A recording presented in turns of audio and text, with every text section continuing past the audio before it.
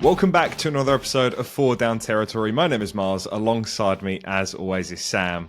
We are back again after the final Wembley game, or final England game of the season. Sam, quite a big milestone for FDT. You were able to get a press pass for the game and experience it firsthand. How was it? Yeah, I mean, we didn't mention it on the last episode because at the time of recording the last episode, I had no idea that this was going to happen. Basically, it all starts with Sportizzle. They're a company I work with doing podcasting for them. And luckily enough, they had two passes. One of the guys, unfortunately, had to drop out, which led to, an open offer. And I was naturally like, yeah, okay, I'm sure I could come along and help you guys out. So yeah, got the chance to go down to Wembley. We're down there from about like 10:30, so it was an early start. Driving down there, got to get in the press box in Wembley, see all of the stuff they have to offer, which is kind of unbelievable. Seeing just how much stuff there is available to those press. I got some of the obviously kept a lot of my stuff. Like we got my favorite part. These little cool... Oh, I've got the wrong... I've got the wrong sheet. It's because I've got a nice little stat sheet on the Jags. Oh, that's good. Funnily enough, there's a lot of stuff about like Trev's passer rating streak and like Josh Hines Allen's sack streak, which is quite funny because neither of them continued after this game. But yeah, this is the beauty. If I just hold up, nice big sheet of all the players, depth charts, numerical order, how to pronounce the names, stuff like that. So as we're going through the game, and you'll remember when we went to see the Broncos Jets game, I was struggling with the numbers of the players, trying to remember, like obviously know the players, but knowing which number they are when you're right at the top of the stadium was hard. So I sat there and I'm literally seeing number 13, look down, oh, it's this guy. Number 80, look down, and it's just That's awesome. So like just as we're almost like commentating to ourselves. We were sat on the press box together, me and Gary, and we were just going back and forth with, and that was that guy. Oh my gosh, it was so cool. Day culminates in, I should say, a great game to watch as well. Mm-hmm. Well, for me anyway, me. Big Rams guy. Big Rams guy. Put my Rams jersey on. God. Oh, you should have done. Yeah, I mean, yeah, it's in there somewhere. It's, yeah, really enjoyed it. And then the icing on the cake was game finishes, rush downstairs to the press room, getting to watch Sean McVay, Matthew Stafford, and Devontae Adams give their press conferences from about 12 feet away from me. Now, we're talking about probably my favorite head coach in the league, one of my favorite quarterbacks of all time, a receiver that I've loved for a long time, and just watching them talk football. I tell you what, Sean McVay, like, when you think of him as a head coach, he's methodical. He's bang. We do this. We've got a plan for everything. When he gets into that conference room, he literally walked to the stand. Hey guys, like monologues at us for a bit. Yeah, he does. He always starts for a while, doesn't he? Yeah. Yeah, he took like 4 or 5 questions. And then bang, he was out there again. Yeah, they wanted the quick flight back. You could kind of tell that straight away from how short those interviews were. But yeah, I mean, such a surreal experience it must have been. Sean McVay is one of the guys that if you could have like a drink with and sit down and just like dive into his mind about how he dissects a football game would be awesome to understand, because he's just a mastermind of it all. But I mean, you got to see literally 5 touchdown passes from Matthew Stafford. What was it? 3 from Devontae Adams as well. Hat-trick for Devontae Adams. I think that was your dream scenario for that game, wasn't it?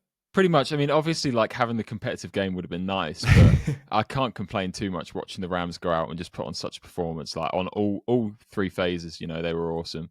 Felt bad for the Jags fans though. So I tell you what, these London games always feel very neutral because obviously there's such a collection of fans. But the Jags, it was a home crowd. Yeah. Like early on in the game when we're getting these, it's third down, make some noise. Like the stadium was rocking. I was really impressed with the way that the Jags fans turned up and were making noise for their team. But by the fourth quarter, lots of empty seats. It was very sad to see people thinking, you know what, let's just get going early. I mean, the Jags fans are obviously big in the UK, and they do turn up for their home games. Obviously, we've experienced a few. Obviously, unfortunately for you, we did get to see the Ravens lose there a few years ago against the Jags. But yeah, I think it's great for the sport that there is kind of a bias towards one team, and obviously the Jags having that turnout. Even when we went to the Spurs game, the previous week, there was what we saw 3 Rams jerseys in total. So we knew that the fandom wasn't going to be big, and obviously, with the history that the Jaguars have in London, it is great to see the atmosphere that they can create and make it feel like a home game for them.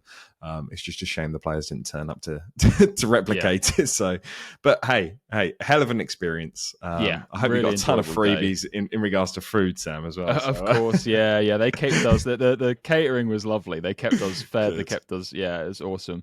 Overall, very, very cool day. Very, very surreal experience. We're going to be doing everything we can to get ourselves there next year. That's the big representing thing. FDT. And last note before I go, I have to shout. There were 2 lovely people I met on the way home, because with all the mess of trains and buses on in London, getting out of London, trying not to get lost, these 2 people that helped me find my way home so I could be here to record this episode. Very big thank you to them guys, and it was great talking to them about the game. And also, when we went to go watch the Broncos-Jets game, we played a game of what's the best obscure jersey you can find. Oh, did you have a good one? This guy was wearing the best jersey I saw all day, Tampa Bay Storm Arena Football League jersey. It was very cool. It was very, very cool. I thought it was a Saints jersey at first, but then I was talking to him about it, and he was like, yeah, Tampa Bay Arena Football League. I was like, that's awesome. Very cool. Very niche, very niche. They're always the best ones when we spot them. We obviously normally play the game of can you spot all 32 teams, but when you get a niche one, it doesn't make it that better. Right, let's get back to our normal schedule program. Stat of the week, Sam. Hit me with your one for this week.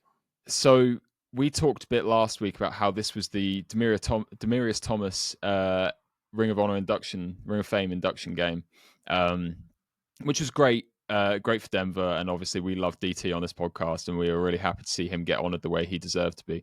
And I'm sure you've seen, but for anyone who didn't notice, DT had his impact on this game, didn't he, Miles? He did. So obviously he passed away at the age of 33. The Broncos decided that they'd score 33 points in the fourth quarter. They had 2 8-point drives in the end, which is a nod to DT's number 88. The defense recorded 33 solo tackles on the game, and that game-winning drive for them to seal it was, they started that drive with 33 seconds left. I feel like I'm getting chills just talking about it. It's so cool. He was in that game, wasn't he? He really was. Yeah, he was. You know what would have been really cool? Cortland Sutton finished with 87 yards. If he would have got one more yard and finished with 88, that would have been like the tip of the iceberg. Yeah. I mean, you know how much I love DT. He was literally the player that I fell in love with, and he's the reason that I fell in love with the sport. So it was really nice to see the recognition that he got from the Broncos and be inducted into the Ring of Fame there, which is, unreal. His statue being next to Peyton Manning, his family being there to represent him. It was such a surreal experience, and it does bring a tear to your eye because he's literally the reason that I've invested so much time into this sport. So yeah, it was really nice to see. I tell you what, Emmanuel Sanders gave a really nice speech, didn't he? A really good tribute for him. Yeah, I liked it that obviously it was also the Super Bowl 50 reunion recognition of that team as well, and they all came out in their Super Bowl 50 jerseys. Obviously Broncos wore white that day when they won it, but Emmanuel Sanders wearing a DT jersey was really good. Cool. That was really nice. I'll keep on the Broncos bandwagon, not for Broncos, but a Broncos hated team in ways. Okay. Dave from Final Down actually sent me this one, so I have to give him credit. The Raiders against the Chiefs obviously happened this week. It finished 31-0 to the Chiefs, but the Raiders had exactly the same amount of offensive plays as the Chiefs had first downs. So they had 30 total plays and 30 first downs for the Chiefs, and the Raiders had as many first downs as the Chiefs did punts, which is pretty good. 3 for 3 as well, which is it really does show how much they dominate. Yeah. I mean, it's funny actually that you noted that, because the 30 plays that the Raiders run, I think that's the least amount of offensive plays in a game since about 2002, I think it was. So a historically bad day at work for the Raiders offense. The Chiefs are back now. I think that's what we have to take from this. The Chiefs are well and truly back. They are a force to be reckoned with. Obviously, we do know that the Raiders offense has struggled all season, but it's time to start being wary of the Chiefs again. Absolutely. But we'll dive straight into Thursday Night Football, Sam. The Unk Bowl, as what it's been labelled as. Joe Flacco, I almost said Joe Burrow. Joe Flacco versus Aaron Rodgers, and they they dialed up a storm for us. They dialed up a storm. In total, 7 touchdowns between them. That's awesome. It felt like 2010 again, watching these two play in their primes. Yeah. Obviously, the Bengals won 33-31. Joe Flacco obviously came out and said that he didn't even know half the plays that he was calling. He just knew the formations and was waiting to throw for when someone was open. He said multiple times after the play finish, he was laughing to himself. The fact that, he had no preparation in regards to the game, was able to succeed. And, you're throwing for 350 yards and 3 touchdowns. That's more than exceeding. That's an unbelievable performance. This is one of his best games of like his late career, 100%. And he's done it, like you say, no preparation. I think this for me, as a fan, coming out of the 2010s when I started watching football, this was just so much nostalgia for me, watching Rodgers and Flacco go back and forth, because they're both, like, obviously as a Ravens fan, Flacco has very, very, he's got a place in my heart, obviously, but Rodgers obviously being one of my favorite quarterbacks, and seeing them both in their ripe old ages still just going out there and balling, I think it was awesome to see. Even my housemate watching the highlights the day after and just hearing Flacco's cadence in the background and just thinking, I know that voice. Yeah, I just love the sound. I get like, it's like the Ratatouille meme where it's like being transported back to his childhood. It's like me thinking about him just like dialing up in the Super Bowl. I just but yeah, as a game, awesome. Both teams, both offenses really succeeding throughout this one. Really, throwing the ball. I thought it was really funny seeing Rodgers really dial into the tight ends, didn't he? I think it was was it 4 touchdowns between the tight ends, 2 which is so anti-Rodgers throughout his career. Like, if you go on Rodgers' career, he's always gone to, the Devontae Adams, the Jordy Nelsons, the Randall Cobbs, Donald Driver when he was there as well. It's like, this isn't typical Rodgers to be targeting or have an outstanding tight end. But Pat Freiermuth obviously had probably a career game. Jonnu Smith caught a touchdown as well. Darnell Washington with a touchdown. It's just the last tight end kind of let him down, which was Connor Hayward, who had the drop. So, it was almost a clean sweep from all 4 tight ends, which would be really cool. Yeah, that would have been good. Bengals side, obviously, Jamar Chase back to his best, having one of his. It's one of those things where we want to say career game, but he's done this so many times. It's just one of the career games that he's had where he's going for 16 catches, 161 and a touchdown. Unbelievable.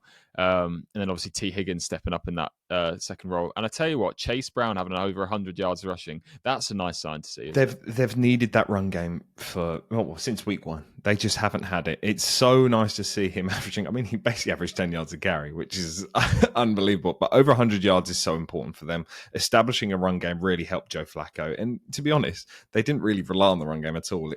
It was more Joe Flacco on read option that produced more rushing yards. I couldn't believe that when that happened.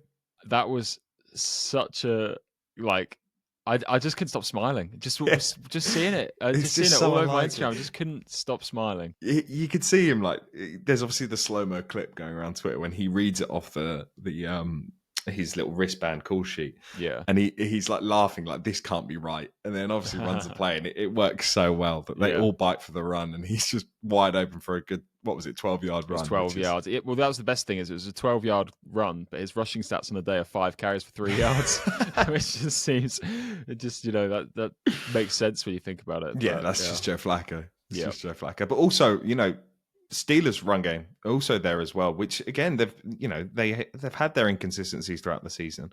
Jaylen Warren obviously leading the backfield this time, 16 carries, 127 yards. We're still not seeing the rookie come out. It's still Jaylen Warren and Kenneth Gainwell. It will be like that probably for the whole season. Yeah, I think so. But I think this is what the AFC North needed. This result, it needed the Steelers to lose just to whack it wide open. Obviously, the Browns have now got momentum as well after their win this week. Which feels wrong to say, which is really crazy to speak of. The Bengals desperately needed this win, a huge divisional matchup, and it just knocks the Steelers down a bit. Everyone was getting a bit too carried away. They were expecting the 5-1. They're now hit with a 4-2. And I think that's exactly what it needs. And then this week we have the return of the Ravens as well. If they can pick up some momentum, it will make an interesting title race for this division. Yeah, I mean, the win totals of each team now sat at 4-3, 2-1. I wouldn't have thought the Ravens would be at the bottom with the 1 win, but like you say, off the bye week this week, time to start making a comeback. But I think this could be one of those divisions where it is won by a team with like 9 wins, 10 wins. Yeah. Because, they've all been up and down. We can't forget that Burrow will be back eventually. But now if Flacco's going to play like this, maybe the Bengals are, let's be serious here. The Bengals could be the division leaders on account of Flacco doing what he can to win them some games until Burrow's back. If we look at their next games, Jets, Bears, and then playing the Steelers again over their next 3 games, I see that as 2 wins, maybe 3. So the Bengals could be in a really good position heading into the playoffs. I can't lie. I would say right now, I think the Bengals are probably my favourites to win this division. Yeah, I don't blame that one bit. I'd like to see the odds and see where they're sat at, but it's definitely been smack wide open. I think obviously the Browns are still a win behind them as well, but you've got a rookie quarterback there that they've got a very good defense, albeit, but they just don't have the horsepower to get over the line and beat these powerhouses that are the Steelers, the Bengals, and the Ravens. So I'm definitely taking. I'd say at the moment the Bengals are probably the favourites. I'm still not counting out the Ravens, despite starting 1-5. The bye week is come at a perfect time, and I think that's going to really ramp it up going into week 8 now. So yeah, it'll be good. Just a quick note on the odds. It kind of depends where you check. I'm seeing the Steelers now as the odds-on favourites, which is funny because it was the Ravens still. Even with the start, with losing all those games, the Ravens were still the odds-on favourites. It doesn't surprise me. Yeah, it really doesn't. Make me laugh. But then the Bengals in third. So I can't lie. I feel like some money on the Bengals isn't the worst bet. Yeah. Okay, let's move on, Sam. We have the London game that obviously you attended, so I'll let you lead on it. But the Rams easily won 35-7 against the Jacksonville Jaguars. What was the experience like? How was the game? You far away. I mean, watching the rain come down about half an hour before kickoff, I was thinking this could get tasty. We could see a lot of turnovers, and funnily enough, that was the one thing that didn't happen. It felt like, I think, no interceptions from either quarterback. I feel like I don't seem to remember there being a fumble, was there either? So, I think there was one fumble, but I think it was fumbled out of bounds or something. Yeah. So realistically, it's quite a clean game in terms of protecting the football, but this Rams defense, we always like to talk about the Rams offense and, obviously Stafford, McVay, all of that stuff, but it's Chris Shula, isn't it? Is it Chris Shula who's the defensive coordinator? Yes. Good football runs in the family, doesn't it? Because he knows what he's doing defensively, and that team, dominated the line of scrimmage, but both offensively and defensively. But the D line themselves were, getting pressure on Trev all the time. They couldn't run the ball, and I tell you what, Liam Cohen didn't seem like he wanted to run the ball. He didn't really give them the opportunities. He abandoned it early. I think obviously they went down early, but I think he was a little too quick to stop running the ball. The only play they seemed to have success running the ball with was the sweeps to Parker Washington, but they couldn't really get anything going. It was a shame. I thought Travis Hunter was probably the best player on the pitch for the Jags. He played primarily offense this week. Most of his snaps coming on offense, where he was, he was open a lot and he was getting the ball in space, which is what we want to see because we forget just how elusive he is when in open field, and he was able to make some nice plays. But I feel like Travis Hunter, he did a good job on defense as well, where he had the one-on-one matchup with Devontae. There's a couple of times he's one-on-one with Devontae Adams, and there's a big play down the sideline where Stafford maybe a little bit underthrown, but it's still in a good region for Devontae to go up and get it, and Travis Hunter made the play. So I thought, it was a really nice game from him, and nice for him to cap it all off with his first touchdown. Not a nice result, but for him personally, I think he should be happy with the game.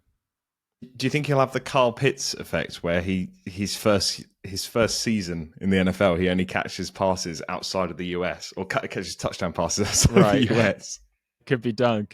Yeah, wouldn't surprise me. It's just one of those unlucky stat lines that could follow him for a while. Yeah, I do feel like he's going to be more involved now, though. This was a bit of a statement game, and they definitely need to just get him involved because he's been playing well. I think he's just not been getting the ball enough, and I think it also comes down to the Jags have been spreading the ball about. They've been passing to everyone, but I would like to see them get Travis Hunter involved, and especially Brian Thomas obviously went down injured late. I'm still yet to see the real severity of that injury, but it could mean that Hunter's in line for a lot more offensive snaps. Absolutely. You obviously touched on the Rams defense there as well, but Byron Young leading the NFL or tied for leading the NFL in sacks. How crazy is that a traditional inside linebacker is currently leading with 9 sacks on the season? He's doing a phenomenal job for that defense. He's almost developed himself into a pass rusher, really, hasn't he? And be that threat on the edge when he needs to be. He was all over the field. Him and Jared Verse were fantastic. Nate Landman again has just been a real solid piece in the interior linebacker spot for the Rams, and I think, you know, on offense, what we're really seeing is that they don't need to be worried about Puka Nacua being out, because Devontae Adams, he has no problem playing that wide receiver 1 role. We saw that. And my prediction at the start of the game was 8 catches, 100 plus yards and a touchdown. He didn't get the number of catches and yardage. Yeah, it was damn close. Well, it was the 3 touchdowns, really, wasn't it, that really helped him stand out. So, you know, just being a red zone threat, I thought 2 goal line fades between, you know, we're talking about Stafford as one of the best goal line fade throwers, and Devontae Adams is one of the best goal line fade receivers, you know, both of them of all time, really, I would say. So see them go up and do it twice, and the little one over the middle as well. Just all I saw was vintage Stafford, you know, arm angle, little flicks, like no looks, the deceiving the defense, and really just a really well called game by McVay. He seemed to have the right play every time he needed it. And my play of the game was, what was it, 4th and short, about midfield, and you're wondering, are they going to just try and draw off sides? I think that was the play. That was it. It was 4th and 6, draw them offside. Steve Avila gets really excited about it. Such a good celebration. Yeah, it was. And then obviously made it 4th and 1, so they come out on offense again. You're thinking, oh, they're going to try and do it again, or are they just going to, you know, what's the plan? Run the ball. And McVay dials up play action. Terrence Ferguson streaming downfield with a little double move on the safety, wide open over the top. Stafford throws perfect ball. That was awesome. Really nice to see Terrence Ferguson out there as well. It's about, you know, rookie coming in out of Oregon. It's about time that we saw him featuring the offense. Obviously, he's come in as the wildcat almost there for you know, the defense isn't quite prepared for, you know, the speed of Terrence Ferguson, and, you know, like you said, double move just easily done on the outside. A good play and all. 10 different receivers catching a pass. Really good. For the Rams, which is awesome. And one of the touchdowns going to Kanata Mumpfield. That was really, I tell you what, that's why I'm glad we had these sheets, because I saw number 15 and I was thinking, who? And then we looked down, I think Kanata Mumpfield, I was thinking, wow, we're going into the depths. I think it's awesome. That's good though. I think that absolutely shows the extent of the offense and how good, you know, they can scheme things up just using different players. I think that's, you know, it's a credit to Sean McVay again. And also the trust that Stafford has in these guys as well. That's what's so good to see. Just that he's willing to trust these guys further down the depth chart to make the big catches when it matters. Well, Sam, you've now seen 2 different Matthew Staffords. Obviously, you went in 2015 for the Lions against the Chiefs, and again in 2025 for Matthew Stafford's for the Rams. He threw for a lot more yards when we went in 2015 for the Chiefs, but this time you've seen a lot more methodical Matthew Stafford, obviously dialing up passes when you need to, relying on the run game in a rainy Wembley. But still, 5 touchdown passes, the most ever in an international game. That's pretty impressive to watch. Yeah, and it was funny watching the press conference where everyone seemed to be dialing in on that. Oh, you've set records on the passing touchdowns. It always makes me laugh. They ask these questions. What are they expecting to say? You know, it's like, oh yeah, you set a record. How do you feel about it? Yeah, I feel pretty good about it. Yeah, okay, terrible. But yeah, he was obviously happy to hold that record, but had no idea it was happening. Obviously, that was the first he'd heard about it. I think it's pretty cool though. Yeah, it's good. It's good for him. It's nice. This is a nice record to hold. And I tell you what, it's the kind of thing that I don't know when that will next be broken. Yeah, I think he'll hold that for a very long time. Right, let's move on. We'll quickly touch on the Bears Saints, because I'm very confused to distinguish whether this Bears team is legit or not. Obviously, they're 4-2 now. They're on a very good win streak. I'm still, you know, unconvinced by this offense. I'm not sure if it's efficient enough. Obviously, they're running the ball phenomenally, and I think that's obviously what Ben Johnson bought from Detroit. You look at how well he developed Gibbs and Montgomery. You now look at the combination of DeAndre Swift and Carl Monungai. You know, they're producing very much in the run game, but the pass game still isn't there, in my opinion. I still think it needs developing. Yeah, they don't feel like a 4-2 team. I would definitely say that much. DeAndre Swift has ran it really well these last 2 games, which is nice to see, because it felt like he was a slow starter to the season. And nice seeing, you know, the the split amount of carries between Swift and Mononga. Swift had 19 carries, Mononga had 13. So that is the 1-2 punch of Gibbs and Monty, with Swift being the Gibbs and Mononga being the Monty of the power back version. Which is nice to see, because that's exactly what he needs in that offense. But like you say, I think what I'm missing from the Bears currently is a real balanced offense. We're either seeing them throw the ball a lot and not run the ball well, or run the ball really well and not be able to get the passing game going. Rome Odunze has been relatively quiet recently after what was a scorching start to the season for him. So they're obviously playing the Ravens this week out of the bye week. This is good. This is a good matchup for the Bears. If the Ravens defense hasn't got it sorted yet, it'll give them the chance to open things up on offense. I think, if anything, I'm expecting a shootout from them. This will be who can score more points. If you're talking about teams that don't defend the run very well this season, it has been the Baltimore Ravens. Yeah. So I think if you have DeAndre Swift and Kyle Mononga this week, it might say, this is a must start for these two players. So, well, it's funny. I have both of them in one league. I'm tempted to start both of them against your own team as well. Yeah, but I completely agree with how the Bears are approaching each game. You look at the stats; it's very much they either pass it loads or run it loads.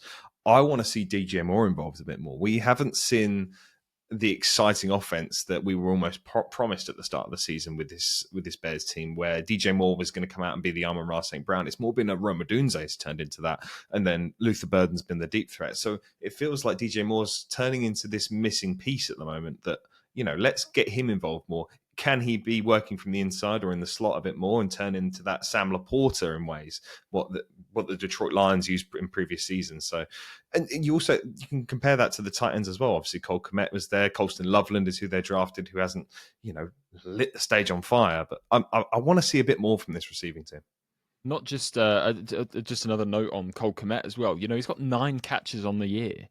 That's crazy. He was, he's never a big impact, volume impact for the Bears, but he's always been a staple piece that they've been able to turn to in third down moments near the end zone, where they can target him, and he'll maybe have 5 or 6 targets a game, but he'll be reliable. He'll be making those catches.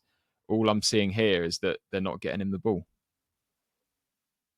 Cleveland Browns, Sam, beat the Miami Dolphins 31-6. I've probably been quite harsh on him this season, but I think that was the worst performance we've seen so far of Tua Tagovailoa.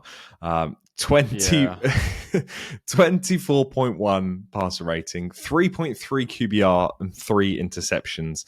And the best moment of it all was the fact that they were showing the highlights of one of the interceptions as he threw an interception live on the field, which was fantastic.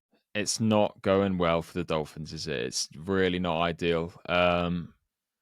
We kind of expected this as, the injuries were ramping up. You obviously lose Tyreek. I think, me personally as well, I was going to say people forget, but I think I'm included in that. I wasn't really aware of just how well Tyreek was playing as a receiver in the terms of getting open and beating defenders. He just wasn't really getting the ball because of Tua's inaccuracy. I think, they've lost that threat now of having a real, one-on-one capable receiver. And now they're left with D. Eskridge leading the team in receiving with 45 yards, because they're really struggling to throw the ball. Only 100 yards passing for Tua. The 3 interceptions were all pretty poor. I don't know if you've seen the mic'd up of the Browns defender quite literally say, "Give it to me, Tua." Yeah, right as he's dropping back and then getting an interception. Teams know that he's turning the ball over, and they're picking on it. And especially this Browns defense, again, this just shows this Browns team, if I don't want to get into the what ifs, but the Deshaun Watson situation obviously blew up in their face big time. But the move they made to go out and get a franchise quarterback was actually probably quite, in hindsight, obviously Baker, if they just kept Baker, none of this would have happened. Yeah, it was very evident the situation wasn't there for him. I think the Browns team they've got right now, they've got a good run game. They've got a few threats in the receiving game, and the defense is just phenomenal. Carson Schwessinger is still the heart of that defense. He seems to be leading the team in tackles every game, and it always seems like second leading is Devin Bush, who's revitalized his career next to him. Absolutely. So it's really good to see them two always flying. Myles Garrett always having the big impact he will have every single game, and this Browns defense, I feel like Dylan Gabriel, it's all right, but they can improve on that quarterback position. And I think when they do find a much better quarterback, they'll be quite a scary team. They are like the epitome of a trap game. They are the trap team, is what I would call the Browns. I think that should be their new nickname. They caught the Packers out well and truly earlier this season, but I completely agree with what you're saying. I need to eat my words on Carson Schwarzenegger. He's turned out to be a phenomenal linebacker for them, and I completely agree with the Devin Bush, a guy that literally was contemplating retirement before joining the Browns, has done a phenomenal job of turning that around. But yeah, I think Dylan Gabriel, I want to see more. I want to see him control a game. Obviously, he's relying on the run game a lot, which is completely understandable as a rookie. But, let's see him take over a game and really control it. Then we can really evaluate this Browns team to see how serious they are for the AFC North. We'll move on to the Patriots beating the Tennessee Titans 31-13. I think the only topic that really needs raising here, Sam, is that Drake May is third in MVP betting odds at the moment, which is unbelievable. A second year quarterback coming out and performing the way he is. I mean, it's brilliant. 135 passer rating this week, which was astonishing. He played so well, so composed in the pocket. I think he is the future of this offense. I am absolutely loving this year of the NFL because we're having, there's no real top dog. There's lots of top tier teams. There's lots of good tier teams that are capable of beating the top tier teams. You've got a whole mess of playoff seedings going on where it's just always switching around. And at the top of it all, there is not an MVP race. There's an MVP. It's wide open marathon, I suppose. Yeah, it is. I don't know. Absolutely. There's so many people in this MVP battle that. There's probably about 8 candidates, I would say. When you go between, obviously, your regular guys like Mahomes and Allen, Drake May's come in. We talk about Daniel Jones, let's be real, he's in. But Jonathan Taylor's in as well. CMC's probably in for the Niners. There's so many people. We talked about Baker last week. Obviously, it didn't work out from this week, but he's still up there with the way he's been playing this season. There's so many players in the MVP race, and Drake May absolutely deserves to be top 3 among them.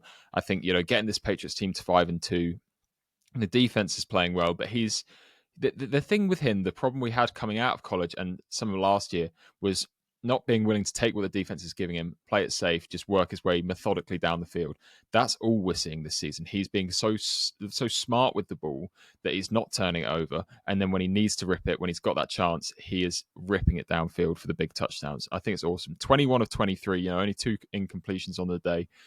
Fantastic game from him. He set the Patriots record for the highest completion percentage with a minimum of 20 passes, obviously beating the great Tom Brady, which is a good stat to have. It just shows the confidence that he's got as well. Like you said, being able to rip the ball downfield and find the open guy, he's just playing with so much swagger at the moment, and that's what you want to see.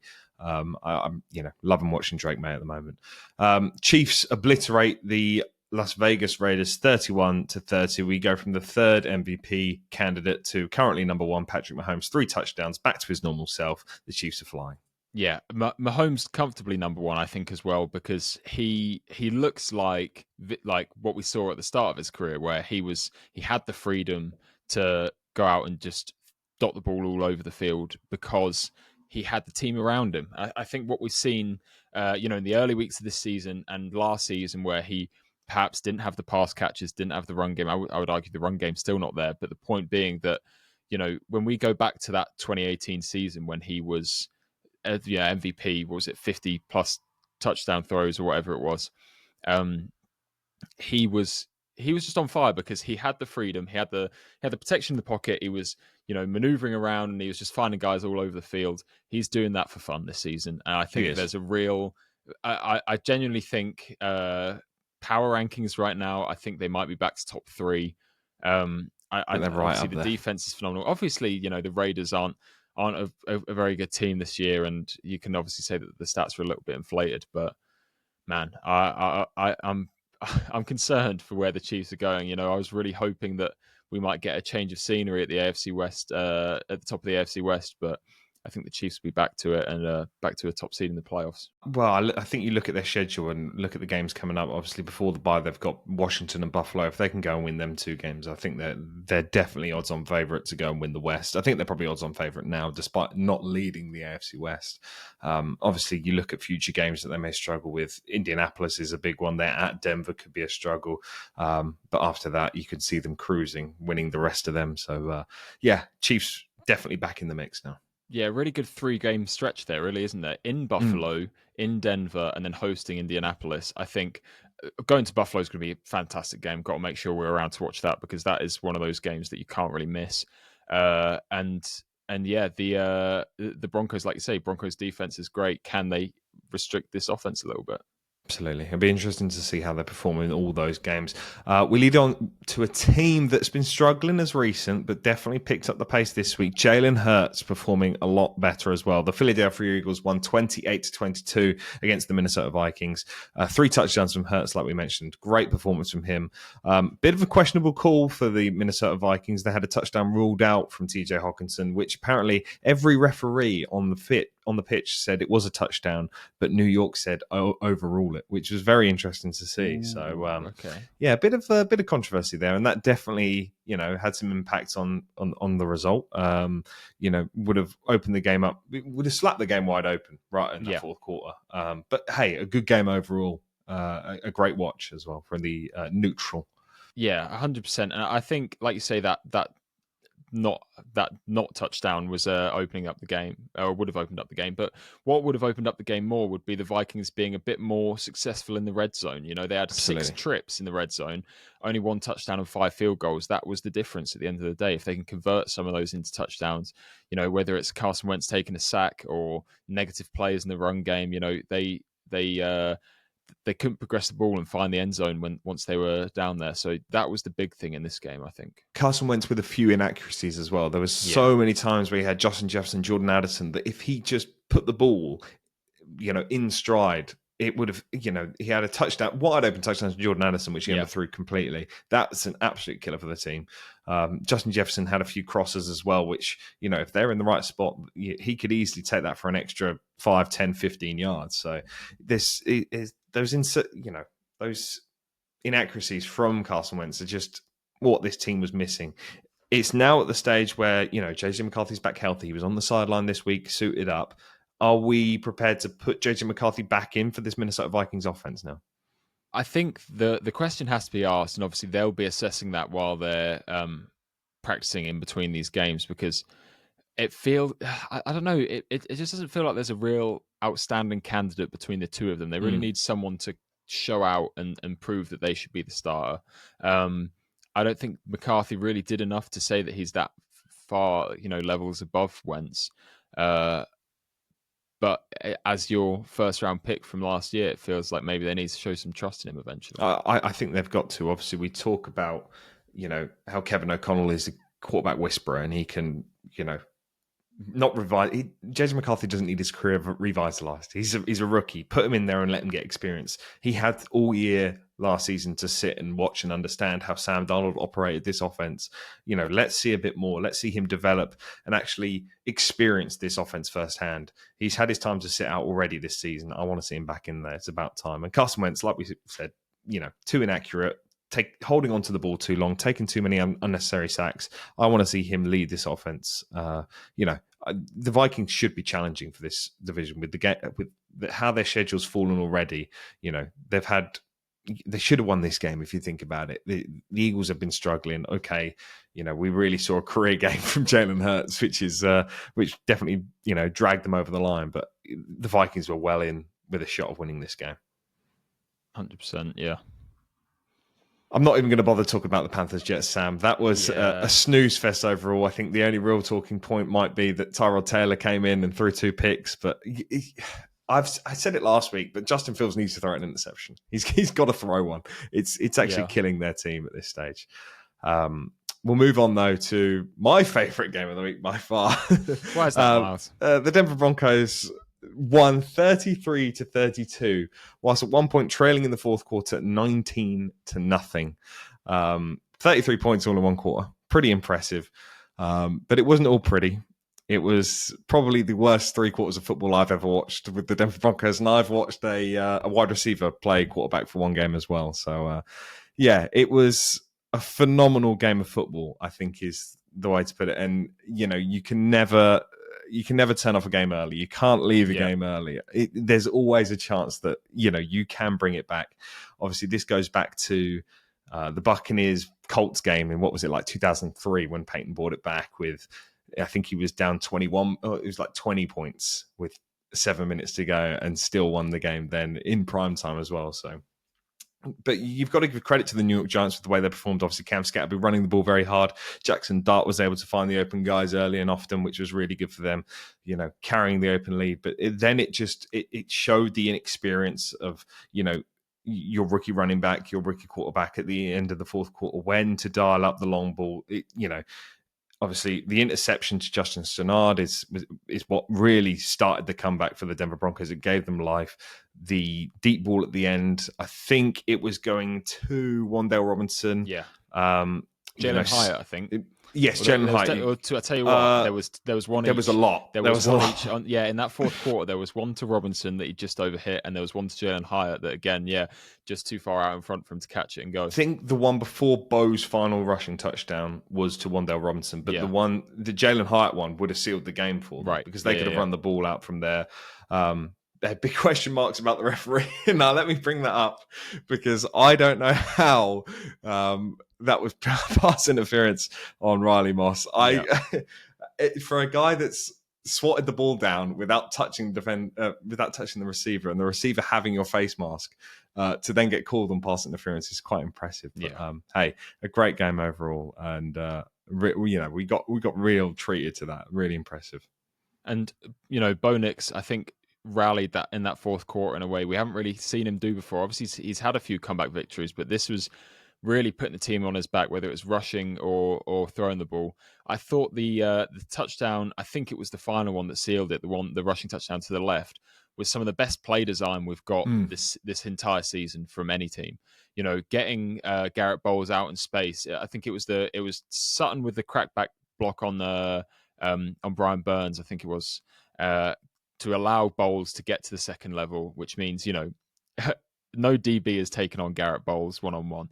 Bowles obviously gets to seal it, and then Mike McGlinchey coming all the way from the other side of the offensive line for the last block, to allow Bo to walk in untouched. I think the play design was phenomenal, the effort from the O-linemen to get themselves downfield, and Bo obviously does a great job of staying patient behind those blocks, reading it out, getting himself into the end zone. I think, I love the mention of the effort. I think if you look at the first three quarters from every member of the team, I think there just was no effort. There was no effort in blocking. Obviously, the Broncos offense relies on a lot of screen passes, and you look at the majority of screen passes thrown at the start of the game, there was no receiver blocking. Garrett Bowles even missed a few blocks early and often, which was unlike him, I think, in recent seasons. You look at how he's turned his career around. He's done a phenomenal job recently, but I was expecting a bit more going into that game, especially to start it. And, they really, really turned a page in that fourth quarter, which was so impressive. Bo Nix, obviously the first player ever to throw for 2 touchdowns and 2 rushing touchdowns in the fourth quarter, which is a great stat to have.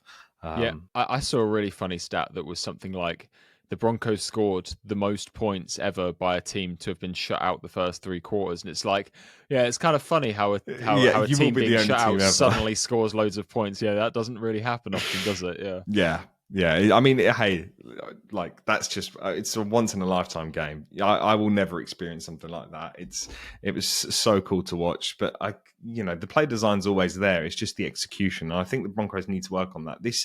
I can't tell if this is a good Broncos team because of, those inconsistencies throughout the entire game. I want to see, it's obviously impossible to get 33 points every quarter, but you need to see the determination from every player that they had in the fourth quarter throughout the entire game. And it just wasn't there early on. I've already mentioned the blocking, but even on defense as well, there was too many penalties that happened early and often. There was...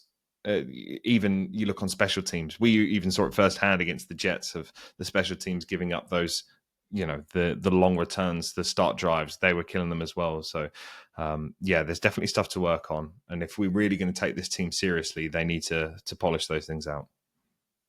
Overall, it was the 2 missed extra points for the Giants really that lost them the game. If we want to target in on someone, I think Jackson Dart had a good game. The interception wasn't great, but you could see what he was trying to do with the ball. It was just a great, some great pressure from the Broncos.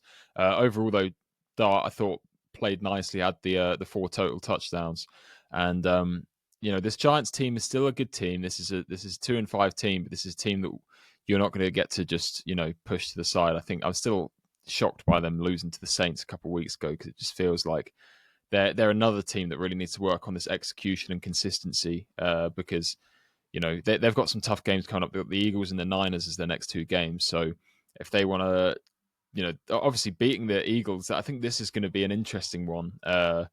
Having beaten them in the reverse fixture, whether they can turn up again and surprise them. Yeah, I saw a lot of hate towards Jackson Dart on on Twitter, just because I think they obviously go for the obvious plays, which are the touchdowns, which was obviously busted coverage, screen pass, and then what was it? The bobble pass for the touchdown as well. But you've got to look at the things that happened in between those, and I think he really controlled the game early, which is for a young quarterback that was very impressive to do. So I give credit to Jackson Dart. It's just those. You can tell he's still a rookie with the decision making late on in the game. Let's just keep the ball. Let's keep the clock ticking. Let's make it difficult for the Broncos. The two deep balls kind of killed them towards the end, but gave them a chance with the touchdown. Obviously, the rushing touchdown at the end, which was great extension as well. Did a phenomenal job to actually get in there with I think it was Alex Singleton. Trying to drag him back. So credit to Jackson Dart with the way he played. We will move on, Sam. Colts against the Chargers, 38-24. Hey, this Colts team, serious team. Yeah, you're willing to commit to that now? I am. If you've got Jonathan Taylor running the ball, that's all that matters. He is playing. That's the offensive player of the year. It just has to be. I don't care what Puka Nacua comes back and does. I don't care how my bias for Jackson Smith and Jigba will want me to vote for him, but I would absolutely give it to Jonathan Taylor already. And we're only 7 weeks into the season. 6-1. You're back to the old way of the Indianapolis Colts with Daniel Jones of all people leading this team, which is really cool to see. Yeah, he's playing really well, but as I've said multiple times, it starts with Jonathan Taylor. They're running the ball so well. 3 touchdowns on the day for him, and I think he's obviously controlling that offense. The Colts, I have some great stats for the Colts, Miles, because the reason I ask you is if you're saying the Colts are serious is because I still find myself, I'm definitely leaning that way. I'm finding it hard because it almost feels like it's too good to be true. I think the way that they've just evolved this year. But 2 nice little stats for you. So since 2000, the most points per drive in a season, the Colts are on 3.5, and the 2007 Patriots were second with 3.2. So, very good company to be in. Highest drive score rate in a season, the Colts have 63% this year. And the 2018 Chiefs are in second with 53%, so a whole 10% better than that team. Like we mentioned earlier, that Mahomes was obviously MVP and were absolutely flying that year. And fewest punts per drive in a season, the Colts were on 19%, with the Rams on 24% in second place. The 2018 Rams, who again I believe were in the Super Bowl that year, weren't they? So, it's only week 7. So let's they've got to carry on for the rest of the year. But coming up to the halfway mark of the year, and they're in elite company. They really are. Absolutely. Quick note as well on the second one. This one more focused on Daniel Jones, who I think my thing with Daniel Jones is I was like, yeah, he's going to be able to play well when he's he has open receivers, he has time in the pocket. So I think as soon as he comes up against a real tough defense that's going to make him uncomfortable, that's when he's going to struggle. But statistically, Daniel Jones is actually responding better to pressure than any quarterback that's ever been tracked by a QB rating versus pressure. So he's currently on a 91.8 QBR when pressured. The current high or season high was last year's MVP Josh Allen, who had a QBR of 83.5. So he's already flying ahead of that one. So again, if he can keep that up for the season, he'll set the new record for that. And I think the most important thing with that stat to be seen is that for context, the league average QBR versus pressure this season is 27.8. So he's really, really smashing in that department where, absolutely, teams are blitzing him, they're getting in his face, and he's unfazed. He's still finding his guys. It all stems from having establishing the run game early. That's what the Colts have been able to do. It just creates that split second extra time in the pocket where you can run play action and the defense just stutter for that 1 second that allows Daniel Jones to process the defense a bit earlier. You look at how or where he had his success in New York. It's when he had a run game with Saquon Barkley. Obviously, was able to get a playoff win in that run. You could easily see this team doing the exact same thing if Jonathan Taylor can stay healthy throughout the entire season. Establish the run game. You look at Quentin Nelson. His block this weekend was unbelievable. It's a clip going all over Twitter. You'll easily see it. He was phenomenal. But if Jonathan Taylor's healthy and running the ball, Daniel Jones will get another playoff win with this team. I can assure you of that. It's crazy as well because the Colts, what did they change on the offense going into this year? They got a new quarterback, they got a tight end. It's the same group outside of that, really, that was, so poor last year, really struggling to put up points. But, I would say Daniel Jones, coming into the year, obviously didn't feel like a big upgrade at all. And Tyler Warren, obviously, there's lots of excitement, but how much can a tight end really inject into an offense? Well, we're seeing it. We're seeing how key he is as a role, a safety blanket, and also just a threat in the end zone. Daniel Jones coming in has really made a difference. Does it kind of put a point on how much Anthony Richardson was holding back this offense in ways? Because we could have seen this a year earlier. I firmly believe that. But, I sent you this message earlier. If week 8 implied team points totals, the Colts are leading the NFL with an average of 30 points a game, which is insane. Obviously, the closest teams to them is the Chiefs as well, which, 30 points this week as well for them. The offense is just firing. If they can continue that, they're well on their way for a very successful year. 100%. Can I quickly go note for it? The Chargers? Rondé Gadsden, the tight end. Man, when we talked through the Chargers draft, and we said, we're talking about the guy from Syracuse. What was he? A 5th round rookie, I think. Yeah. And he's come in, and we were like, okay, well, the Chargers need a tight end. They need someone to threaten in that department. And they've now got this rookie come in who was so successful in college, and he's finally getting his role. He's carved out a role for himself. He's getting the ball. 7 receptions, 164 yards, and a touchdown for him. Damn good. This is what the Chargers needed. They needed a tight end. They found an absolute steal in the late rounds. Yeah, absolutely. That's what we've been saying this for time. Since they've lost Antonio Gates, the Chargers have needed a tight end. Obviously, they experienced with like Virgil Green and players like that, and you think, God, you can do so much better than that. And I kind of had the same approach going into this year. Obviously, Andre Gadsden has come out of nowhere to perform at such a high level, and if he can continue that, he's certainly established himself as a vital piece of this offense. Dallas Cowboys beat the Washington Commanders 44-22. Dak Prescott. It doesn't matter who he comes against. He's easily going to throw for over 200 yards, however many touchdowns. Great to have CeeDee Lamb back for them. I think that's the most important thing. 100 yards and a touchdown for him, and obviously the long touchdown helps that stat line a lot. For Washington, completely relies on the health of the receivers. You need your top 2 guys back. Debo obviously missing time. Debo's been phenomenal this year on how that offense operates. I think he doesn't get the credit of, pre-snap motions. Establishing the run game, even with Debo, is so important. And then obviously Terry McLaurin missing as well. The Commanders need them both back. Yeah, the Commanders sat at 3-4 at the moment as well, where we were really hoping they'd take a big leap after they overachieved last year. Let's be real. Massively. And they got themselves to the NFC Championship, and it was like a Cinderella story almost. Jaden Daniels coming in, looking fantastic. We were expecting big things from them this year, and it just hasn't happened. It really hasn't. And on the flip side, like you say, the Cowboys, this Cowboys offense is awesome. Dak Prescott is, we're not talking about one of the better records in the league, which is what will hold him back, but he's playing on an MVP level, and I think he's almost an MVP candidate as a player, but obviously won't get the votes on account of where his team is, which is fair enough. Yeah. But he's playing phenomenal. So between him, Javonte Williams still playing really well, over 100-yard game, credit, a touchdown. Give him credit. And CeeDee Lamb and George Pickens probably the best 1-2 punch in the receiving room. I think obviously we've got AJ Brown and Devontae Smith. We've got T. Higgins and Jamar Chase. I think Lamb and Pickens is. This is probably be a really good topic for us one time. Would be to go through our best 1-2 punch in the receiver room, because I just love watching George Pickens play. That's right up there, man. It's right up there. Yeah. He's so electric to watch. But what I just love is the victory speeches for this Cowboys team. I don't know if you've watched them, but what Brian Schottenheimer has done for the morale of that team. it's just so good to watch a positive light on the Cowboys. I think he's a phenomenal head coach from what he's established there already. He's done a great job, and if this Cowboys team can get things rolling, the NFC is so.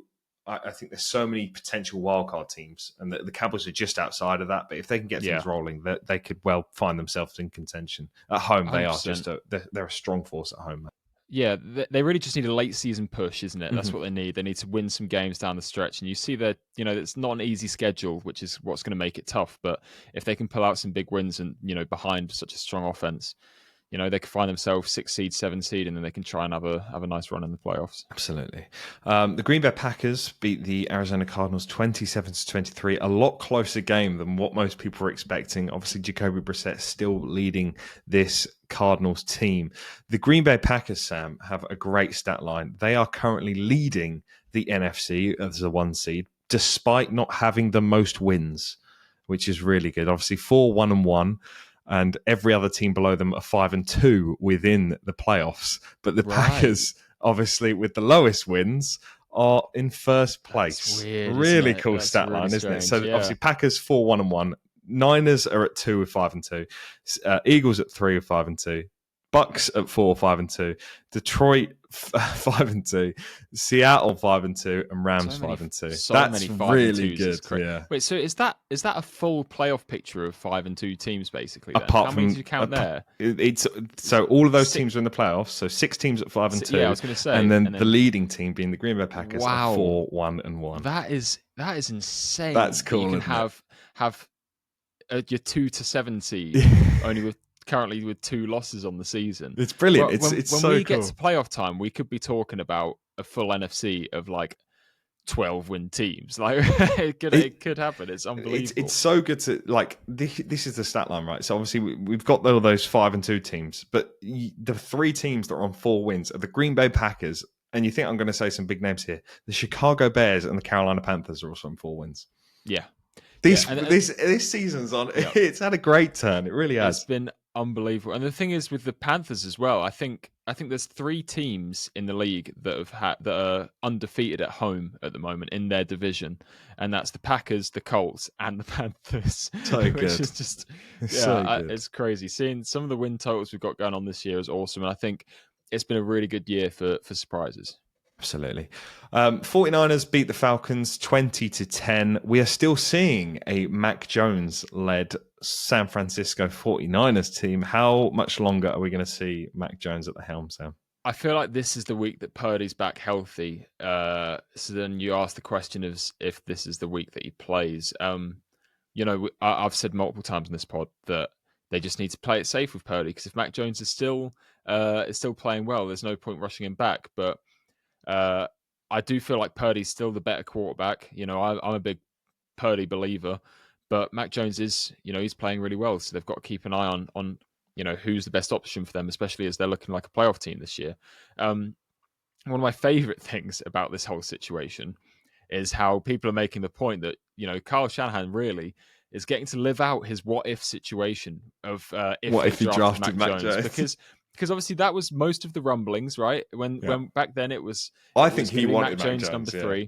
Well, I wonder, because there's going to be Mac Jones number 3, and then all of a sudden Trey Lance gets drafted, and now it's the same GM, it's the same head coach, it's basically the entire group that didn't draft Mac Jones, and now they've got Mac Jones. Problem is they've also got a $200 million quarterback in the wings as well, ready to return. Yeah. So. I mean, the what if scenario of if they'd just taken Mac Jones and where this team would be now, if they'd still have Mac Jones, if it worked out, man, I thought it's a really funny one to monitor. It does make you question. Imagine if Mac Jones would have had that receiver core they had at the time, obviously with a healthy Brandon Ayuk, a Deebo Samuel, young George Kittle. You look at it now, when what he's been dealing with Sky Moore and Juwan Jennings, obviously leading the Lions this week. It kind of. I'd love to have seen it played out. It really would. Would they have won a Super Bowl with Mac Jones? It would have been awesome to say.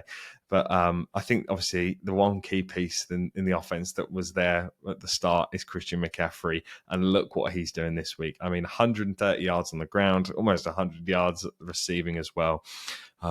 We took a bit of slack in TikTok comments saying that people said Christian McCaffrey is not the number one back in the NFL. Against the number one back this week, he shone brightest, didn't he? I mean, Bijan Robinson was a lot quieter than what Christian McCaffrey was this week. That's a stellar performance from Christian McCaffrey.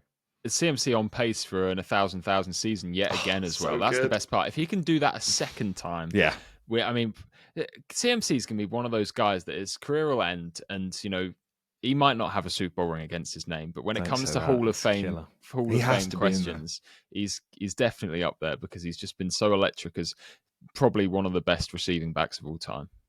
Absolutely. I mean, he's just so exciting to watch, and I think with what he's been able to do for the longevity, and especially with the injuries that he's had in his career, I think people don't give him credit for being able to bring back that pace as well, for how well he's been performing. So huge credit to Christian McCaffrey. The Detroit Lions beat the Tampa Bay Buccaneers 24-9. Lions are well and truly back now. Obviously people were raising question marks. I certainly was in that Packers game early on in the season, but now look at them. They're absolutely flying. We're seeing a run game with Jahmyr Gibbs that's just electric. He is... I'm kind of gutted they started off so slowly, because if Jahmyr Gibbs was playing at this level from the very start of the season, he'd be right up there with the Jonathan Taylor, in the bracket of the Puka Nakuas, the Jackson Smith, the Jigbas for Offensive Player of the Year, because he is so electric to watch as well. Yeah, he's had another, just like CMC just had 200 total yards in that game. Gibbs with over 200 again, with the 136 yards rushing, 2 rushing touchdowns as well. Then 82 yards receiving. And I feel like if he'd got, I think it was Penei Sewell had a block out in space for him where Sewell was moving, by the way, and everyone's talking about how quick he was moving. That's scary speed. He was almost too quick to get his block, wasn't he? And then Gibbs would have been in for the touchdown. It's a shame. But this Lions team, they're firing on all cylinders, aren't they? Absolutely. They look incredible. And I think it's the defense as well. Kelvin Shepherd has got this defense going. They almost look better without Mike Glenn, which is Aaron Glenn. Aaron Glenn. Sorry. Yeah. I think that's right. Which is, it felt wrong to say. It feels really wrong to say, but it's kind of where they're at the moment. Yeah, I still think we're not quite there on the same level as the Ben Johnson offense. I still think that was a tiny bit more exciting. But the defense, absolutely, I think is playing a better level. And I think for the Tampa Bay Buccaneers, it comes down to injuries again. You are just missing Emeka Egbuka. Bring him back, and I think things go back to normal for this offense. I'd love to see Bucky Irvin back in the fold again as well. That would be really good. K. Dotton, had a very productive week this week. I think a lot of people were able to pick him up in fantasy for that, that tight end position that's been lackluster for most players this season. But K. Dotton obviously had a good game. Tez Johnson again stepping up. Mike Evans was obviously on the snap count, but he'll be back in a few weeks to his normal self. But I think this team just really is missing Emeka Egbuka, and I kind of hate how this is, or what this game has portrayed for Baker Mayfield's MVP. His profile really. I just want to. I want people to realize that he has so many injuries around him that if he had a full team, I think this game would have been, extremely close.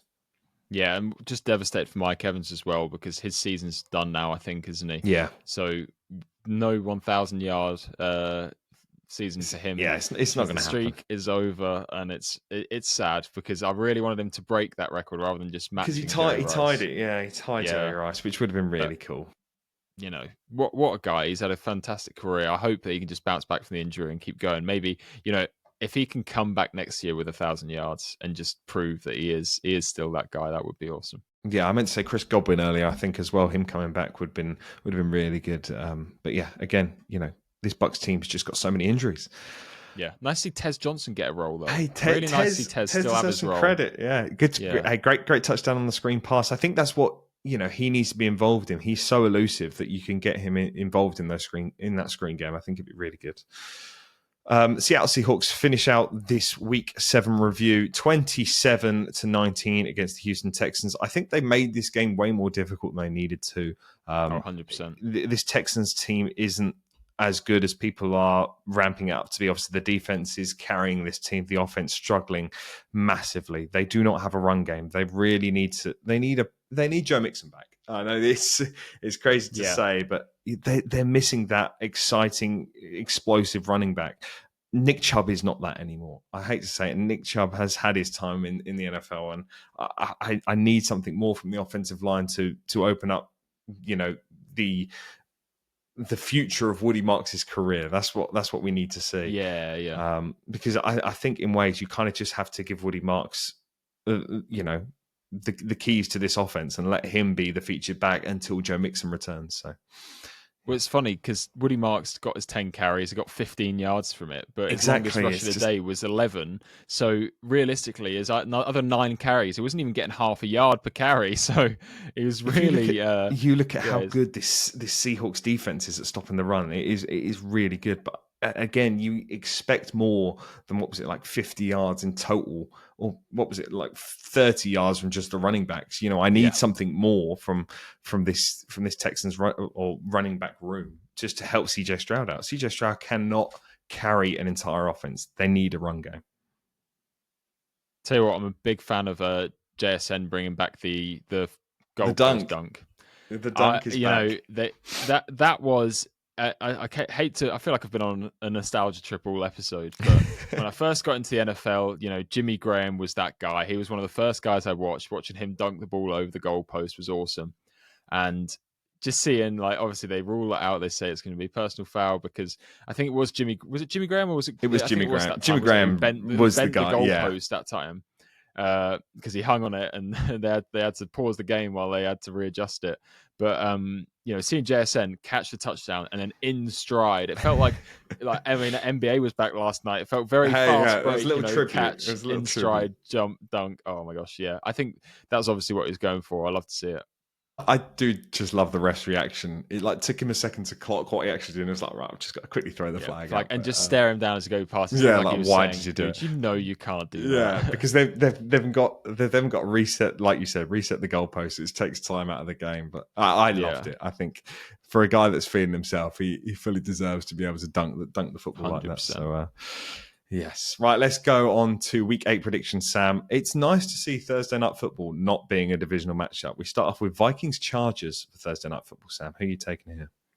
I'm going to take the Vikings here. I think the Chargers are on a bit of a slide at the moment, so I'm not sure they'll be able to overcome it anymore. I still don't know. I mean, we're recording Wednesday, but do you know who's actually starting at quarterback for the Vikings? Is it going to be... Not a clue. I will, if it's still Carson Wentz, I'm going with the Chargers. I don't care how banged up that offensive line is. I'm not trusting Carson Wentz. But if JT McCarthy's back, I wouldn't mind seeing a Vikings win just to start his career off. Dolphins, Falcons, Sam, in Atlanta. Give me the Falcons. I'm not taking the Dolphins the rest of the season. Yeah, I've been targeting the Falcons defense on fantasy across some leagues, and this means that they're probably going to just do what they did for me when they played the Panthers and have an absolute stinker. But yeah, I feel like surely this is going to be a game for the Falcons where, the Falcons, I didn't even realize after that Bills game, they were like top 5 in yards on offense and yards allowed on defense, which I didn't even realize they were going really under the radar in that respect. So yeah, hopefully this Falcons defense, they should ball out this week. They should, absolutely. Jets Bengals, Sam. Sorry, who are you taking? I will take the Bengals. I said last week I wanted the Jets to get in that win column finally. It's just not happening. So yeah, Cincy. I'll also take Cincinnati there. Browns versus the Patriots. Give me the Patriots here, Sam. I love this game. Drake May, if you want to be taken seriously, you've got to be able to win these games against these really tough defenses. So give me the Patriots, but I'm really excited to see if Drake May can perform under pressure. I will also take the Patriots here. Tell you what's another good matchup as well. What we got? Oh my God, I can't believe I'm blanking on his name. First round tackle. Will Campbell versus Myles Garrett. Hey, how can you hang with the big guys? That'll be interesting for Will Campbell. I still think the Patriots will win. Drake May's MVP. His MVP case continues. Giants versus the Eagles, Sam. In Philadelphia, I'm taking the Eagles here. Yeah, I'm going to take the Eagles as well. Surely they can't get done over twice. Can't get done over twice. Surely not. Bills versus the Panthers in Charlotte. I'm taking the Bills. Yeah, Bills off the bye week to get their 5th win of the season. Bears versus the Ravens, Sam, in Baltimore. First game back after the bye. Comeback season starts now, surely. I can't take another one, Baltimore, please. The Bears have been good this year, but the one thing that they've lacked in a little bit is the run game, the run defense. So hopefully Derrick Henry can get the ball. And I Lamar was supposed to be back this week. He didn't train Monday, but obviously Monday, that they don't really care about that. He wasn't registered, so I think we'll see where he is tonight. We'll see where he is Thursday and Friday, and hopefully he's ready. I think he's absolutely playing. There is no chance now Lamar Jackson does not play. When the team is 1-5, and you need a win, he's playing. You've got to start winning. Yeah, exactly. I'm taking the Ravens here as well. Niners versus the Texans in Houston. I'm taking the Niners here, Sam.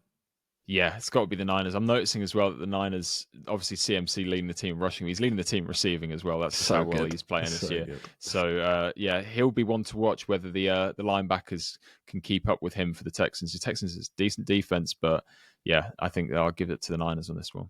Bucs Saints. I forgot to mention, Sam, this is actually the best week of football. It is the week that the clocks change for us in England. So it's the 8 o'clock kickoff here for the Bucs Saints.